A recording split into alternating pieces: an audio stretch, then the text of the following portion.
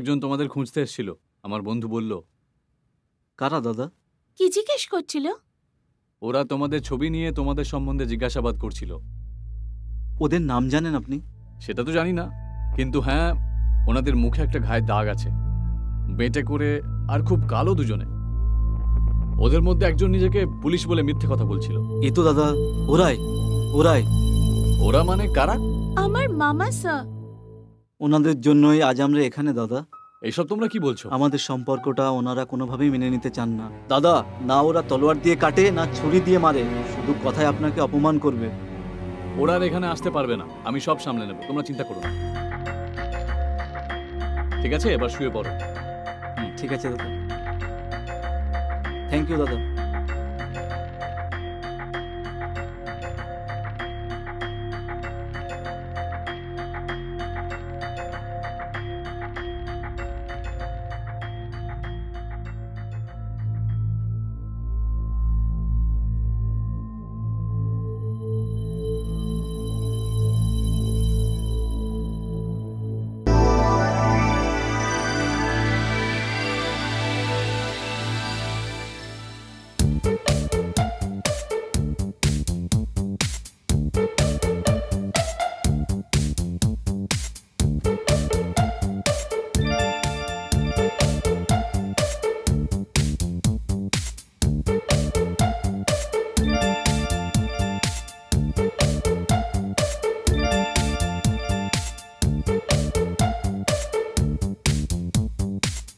ও তো খুব রোমান্টিক হচ্ছে।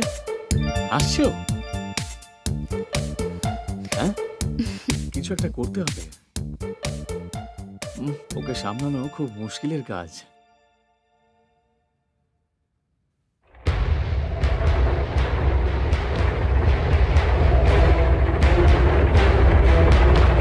দর্শন! দর্শন! দর্শন! তাড়াতাড়ি এখানে আসো। কি হলো? ওখানে ওখানে তো কিছুই নেই, ভয় পাচ্ছ কেন? আরে কিছু নেই ওখানে। ওখানে তুমি কি দেখতে পাচ্ছ? আমি তো ওখানে কিছুই দেখতে পাচ্ছি না। ওখানে ওখানে ভালো করে দেখো না।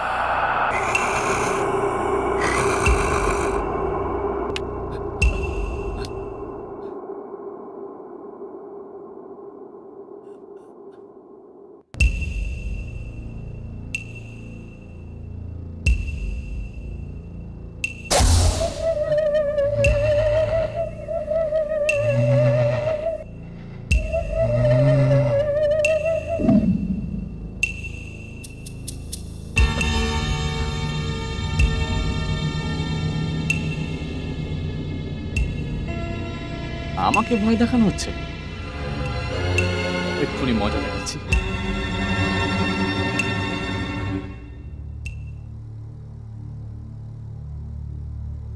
হ্যাঁ, এর আবার কি হলো?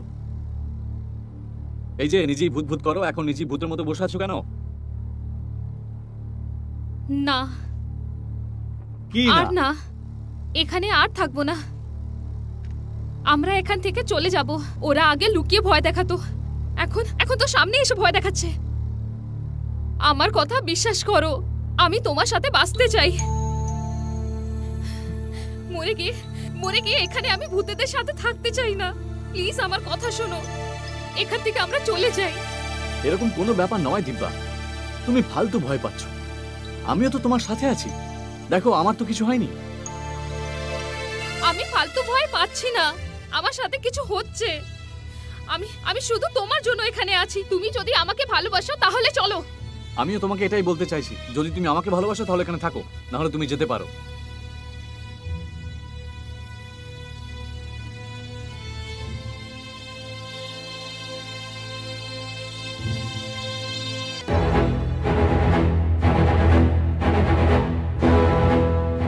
আরে ওই মায়াবী ভূত, প্রেত, দৈত্য, দানব, তোমরা যেখানেই থাকো আমার সামনে এসো। যদি তোমরা আমার সামনে না আসো তাহলে আমি নিচে চলে যাব। তারপর না তোমরা সম্মান পাবে না তোমরা খেতে পাবে। দাদা, কি হয়েছে? ভূত এখানে না ওখানে আছে।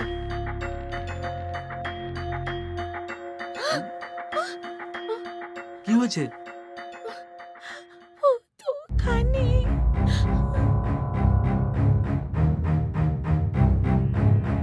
আরে বাপরে, এটা আবার কোথা থেকে চলে এলো?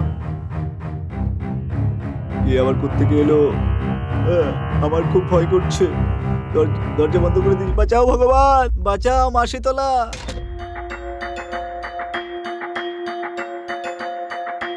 তুমি সামনে আসবে না তো?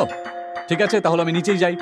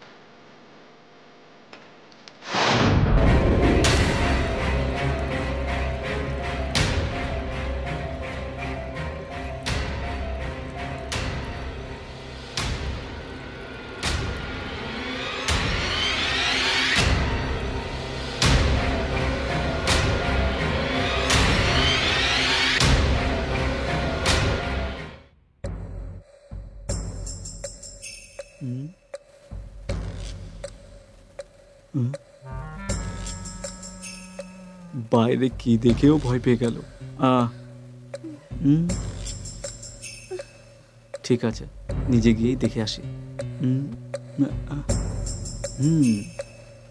জানি না কি সব হচ্ছে।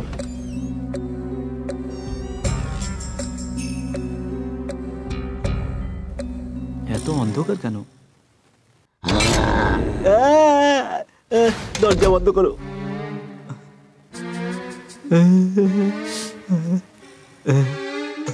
খুব চালাক দেখছি। কি হলো, ভয় পেয়ে গেলে তো? ভূত দেখার পরও ও আমাকে বললো না যে বাইরে ভূত আছে। আমার সাথে চালাকি করছে। বিয়ের আগে এই অবস্থা, জানি না বিয়ের পরে কি হবে। আমিও খুব ভয় পেয়ে গেছিলাম।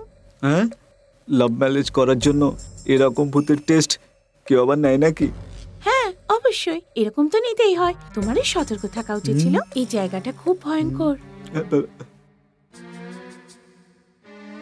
এই বাড়িটার মধ্যে ভূত পেত আছে। যেভাবেই হোক আমাকে এখান থেকে বেরোতেই হবে। আমি এর উপর ভরসা করতে পারি না। যেভাবেই হোক এখান থেকে বেরোতে হবেই।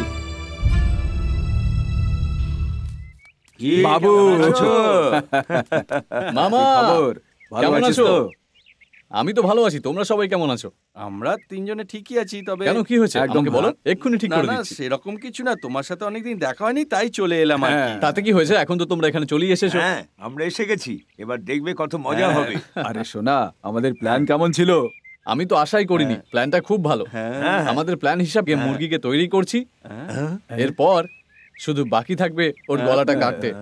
কেউ কিছু জানবে না। ও যে কি সব ওই মারার কথা কাটার কথা বলে যাচ্ছে, ওর মাথা খারাপ হয়ে যায়নি তো?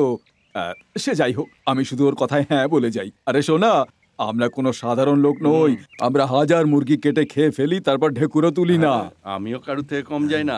1000টা ছাগলের মাংস রান্না করে গোটা গ্রামের লোককে খাইয়েছি নিজের হাতে। শোনা, আমরা একদমই কম নয়। মেঘের ভেতর থেকে স্ট্র দিয়ে জল খাই আমরা। আমি তোমাদের খুব ভালো করে জানি।